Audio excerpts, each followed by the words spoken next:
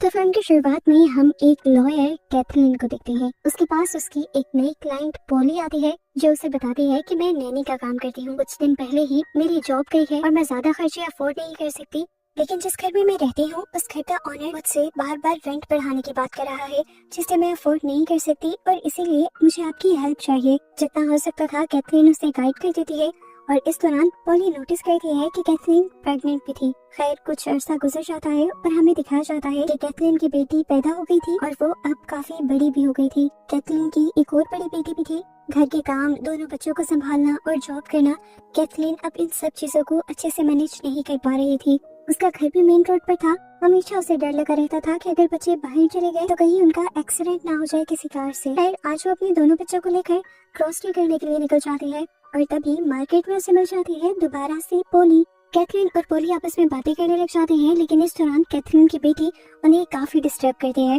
तो पोली कैथरीन से कहती है, मैं देख रही हूँ आप अपने बच्चों को लेकर काफी ज्यादा परेशान हैं। मैंने आपको बताया भी था कि मैं एक नैनी हूँ, लेकिन अभी मेरे पास जॉब नहीं है।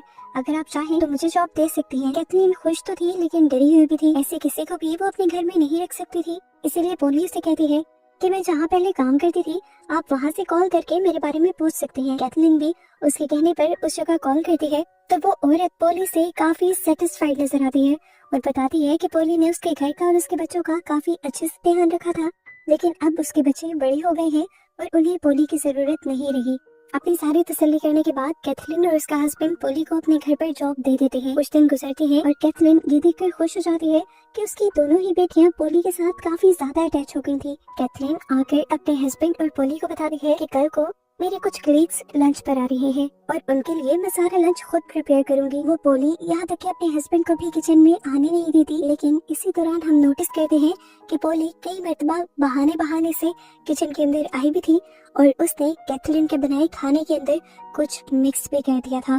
खैर कुछ देर बाद सब लोग खाना खाने बैठ जाते हैं। खाना सबको ही पसंद आता है। खाने के दौरान पोली भी इन लोगों के साथ ही बैठी हुई थी। कैथरीन का दोस्त पोली से पोली के बारे में पूछता है और पोली अपने बारे में ज्यादा जो बात हाईलाइट करती है वो ये कि वो गरीब है और उसकी फैमिली नहीं है। अब उसके शहर में रहने के खर्चे पूरे नहीं हो रहे, इसीलिए वो अपने गांव वापस चली जाएगी। ये बात कहते ही कैथरीन उससे कहती है, तुमने मुझसे ये बात डिस्कस नहीं की। खैर ये लोग इस टॉपिक को बात के लिए छोड़ देते हैं और अपनी बातों में लग जाते हैं। कैथरीन ने आज अपने दोस्तों को अपने घर पर ही स्टे करवाया था और रात होते ही सभी लोगों की तबीयत खराब हो जाती है सिवाय पोली के, क्योंकि पोली ने ही वो सूप नहीं पिया था, बाकी सब लोगों ने पिया था। जाहिर सी बात थी उसी ने तो कुछ मिलाया था। अब ये बात कोई भी नोटिस नहीं करता और कैथरीन सबके बीमार होने का इल्जाम भी अपने ही ऊपर ले लेती है। वो जब इस गिल्ट में रो ही रही थी कि ना वो किसी का ख्याल रख पाती है और ना ही कुछ अच्छा कर पाती है, तभी पोली आकर उसे दिलासा देने लगती है और ऐसे पोली कैथरीन के भी दिल के काफी करीब हो जाती है, जैसे वो उसकी बेटियों के दिल के करीब थी। कैथरीन को जब ये यकीन हो जाता है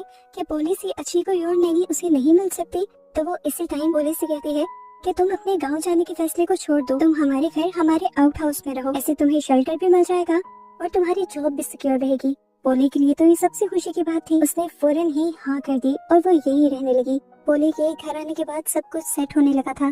कैथरीन की जॉब दोबारा से सेटल हो गई थी, बच्चे सेटल हो गए थे, लेकिन अंदर ही अंदर पोली को एक गेम चल रही थी, क्योंकि वो कैथरीन की बड़ी बेटी को कैथरीन के ही खिलाफ भड़काने लग जाती है कि तुम्हारी मॉम बहुत बुरी है, अच्छा बनने का वो सिर्फ नाटक करती है। देखो कल उन्होंने तुम्हें डांटा भी और तुम्हें तुम्हारी फेवरेट चीजें भी कभी नहीं दिलवाई। अब यही बातें वो छोटी बच्ची डाइनिंग टेबल पर बोल देती है कि आप बिल्कुल अच्छी नहीं है, आप कभी हमसे उतना प्यार नहीं करती और कभी मुझे फेवरेट चीजें भी नहीं दिलवाती। मैं बड़े होकर कभी आप जैसी नहीं बनूंगी, मैं पोली जैसी ही बनूंगी। ये बातें सुनकर कैथरीन का दिल टूट जाता है। वो अपनी बेटी को समझाती है कि नहीं बेटा ऐसी बात नहीं है, मैं तुमसे बहुत प्यार करती हूँ। और अपनी इस बात में जब वो अपने हस्बैंड की भी राय लेने की कोशिश करती है तो उसका हस्बैंड भी पोली का ही साथ देता है और यहाँ पर कैथरीन ज्यादा टूट जाती है। कैथरीन अब पूरी तरह टूट चुकी थी। उदास होकर वो अपने रूम में चली गई।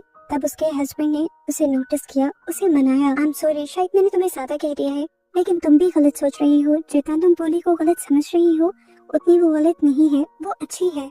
दिन गुजरते रहते हैं और हर गुजरते दिन के साथ कैथरीन की दोनों बेटियां पोली के साथ ज्यादा अटैच होती रहती हैं। यहाँ तक कि कैथरीन के हस्बैंड को भी पोली की आदतें बहुत ज्यादा पसंद थी। वो काफी केयरिंग थी, इसी वजह से कैथरीन को अब पोली से इनसिक्योरिटी होने लगी थी। ऐसे ही न्यू ईयर का दिन आ जाता है। ये सारे फायर सेलिब्रेशन देखने के लिए जाते हैं और जब घर आते हैं तो कैथरीन को अपनी बेटी के रूम से अजीबोगरीब आवाजें आती है।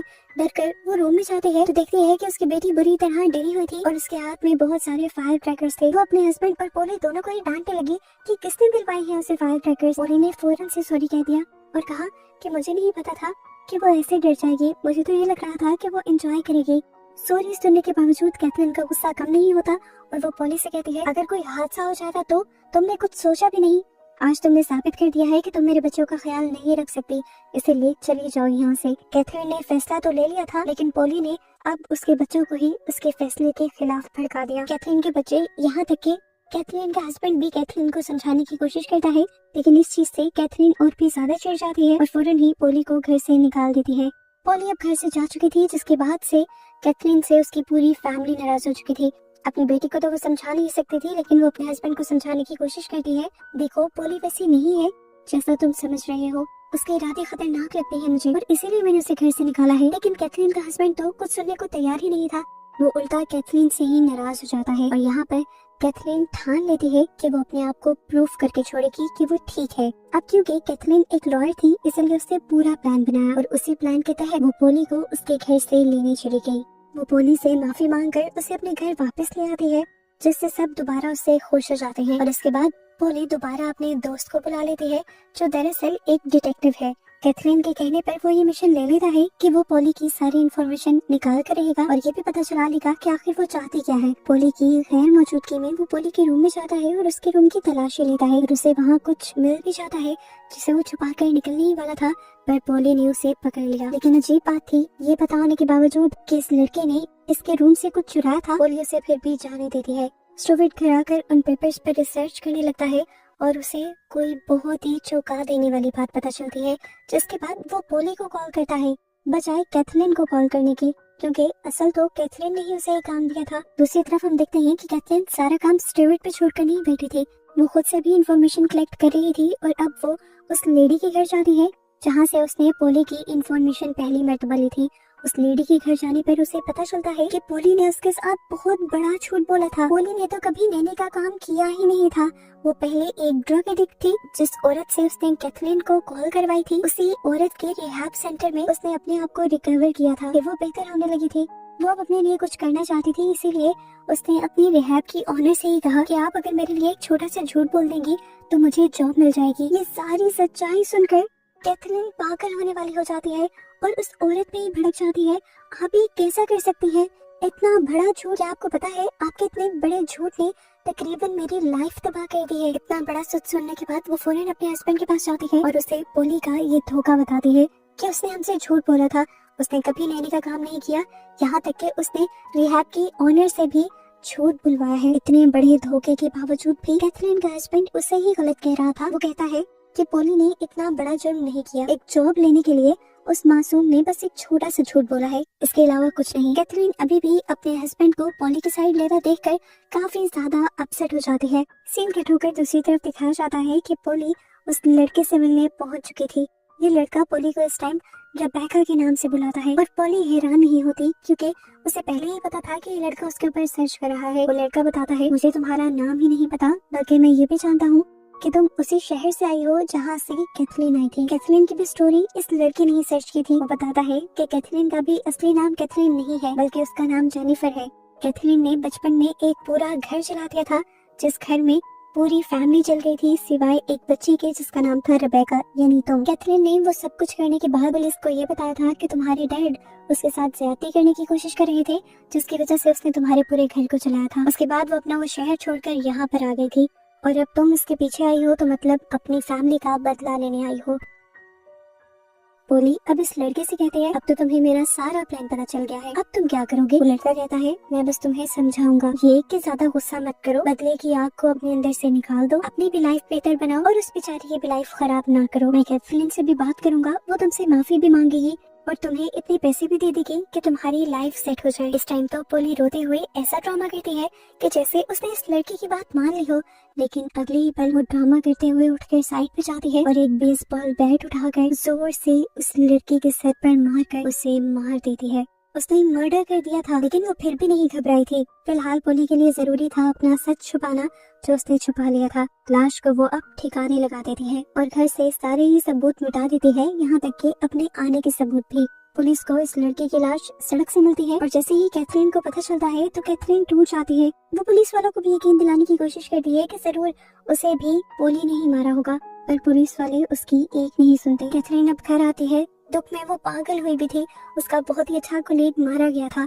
वो आकर सारा गुस्सा पोली पर उतारने लग जाती है और कहती है, अब मैं तुम्हें एक मिनट भी इस घर में बर्दाश्त नहीं करूंगी, निकल जाओ अभी और इसी वक्त मेरे घर से। वो उसे खींचकर जब बाहर निकाल ही रही होती है तो पीछे से उसकी बेटी एमा पोली को रोक रही होती है और इस सब के दौरान एमा को चोट लग जाती है।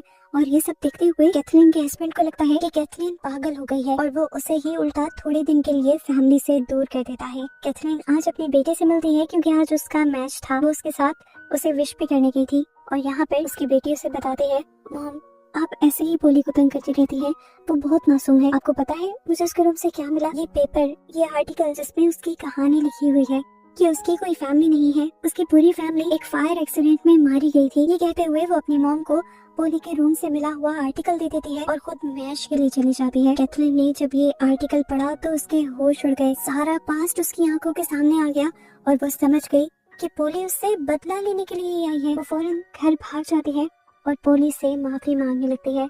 यहाँ ग्राउंड में कैथरीन का हस्बैंड उसका वेट कर रहा था, लेकिन जब उसका फोन भी नहीं लगता तो वो समझ जाता है कि जरूर कैथरीन घर ही गई होगी और उसे डर लग जाता है कि वो कहीं पोली को नुकसान न पहुंचा दे। जबकि यहाँ कैथरीन तो पोली से माफिया मांग रही थी। वो कहती है, मुझे पता चल गया है तुम पोली नहीं बल्कि रेबेका हो और मुझसे बदला लेने के लिए आई हो, लेकिन मेरा यकीन मानो, मेरा उस दिन इरादा तुम्हारी फैमिली को नुकसान पहुंचाना नहीं था। मुझे बस गुस्सा आ रहा था उसलिए जो तुम्हारे डैड ने मेरे साथ किया था उस सब में मेरा कोई कसूर नहीं था। पोली कहती है, तुम्हें क्या लगता है कि आज भी मैं तुम्हारी बात पे यकीन करूंगी, जबकि इतने सालों पहले पुलिस ने तुम्हारी बात पे यकीन कर लिया था। मैं तुम्हारी फैमिली को तड़पा तड़पा के मारूंगी जैसे पूरी जिंदगी मैं तड़पी हूँ। पोली कहती है, और इससे पहले ही मैं तुम्हें भी मार दूंगी। ये कहकर वो नाइफ उठाकर कैथरीन के ऊपर हमला कर देती है और कैथरीन अपने आप को बचाने की कोशिशों में लग जाती है। कैथरीन को पता था कि उसे होश में आना है क्योंकि उसकी बेटी खतरे में थी, उसकी दुश्मन के पास थी। अपने आप को संभालते हुए वो मुश्किल से अपनी बेटी को उठाती है और आकर कार में बैठ जाती है। उसने कार को अंदर से लॉक कर लिया था तो पोली उसे मारने के लिए कार के शीशे तोड़ने लगी। कैथरीन तो इस कार को घर के बाहर भी ले आई थी ताकि वो यहाँ से भाग सके, लेकिन अभी भी पोली उसके कार के बाहर थी। अचानक से यहाँ से दूसरी कार गुजरती है और पोली को हिट करके चली जाती है। इतनी ही देर में कैथरीन का हस्बैंड भी अपनी बेटी को लेकर वापस आ चुका था क्योंकि उसे समझ आ रही थी घर में कुछ गड़बड़ चल रही होगी, लेकिन वो ये नहीं जानता था कि घर में इतनी बड़ी गड़बड़ चल रही होगी। उस दिन एक्सीडेंट में पोली मारी गई थी, लेकिन शुक्र था कि कैथरीन की फैमिली बच गई थी। एंड पर कैथरीन का हस्बैंड ये यकीन कर लेता है कि कैथरीन सच बोल रही थी और वो उस पर ना यकीन करने के लिए भी माफी मांगता है। इन लोगों की लाइफ तो सेट हो जाती है, लेकिन इनकी बेटी को हमें दिखाया जाता है जो अब हवाओं में किसी से बातें कर रही थी, ऐसे जैसे वो पोली से बातें कर रही हो। या तो उसे पोली के मरने का बहुत ज्यादा सदमा हो गया था या फिर वो पोली की स्पिरिट से बात कर रही थी। उसके साथ क्या हुआ था, इसी मिस्ट्री के साथ ये मूवी यहाँ एंड हो जाती है।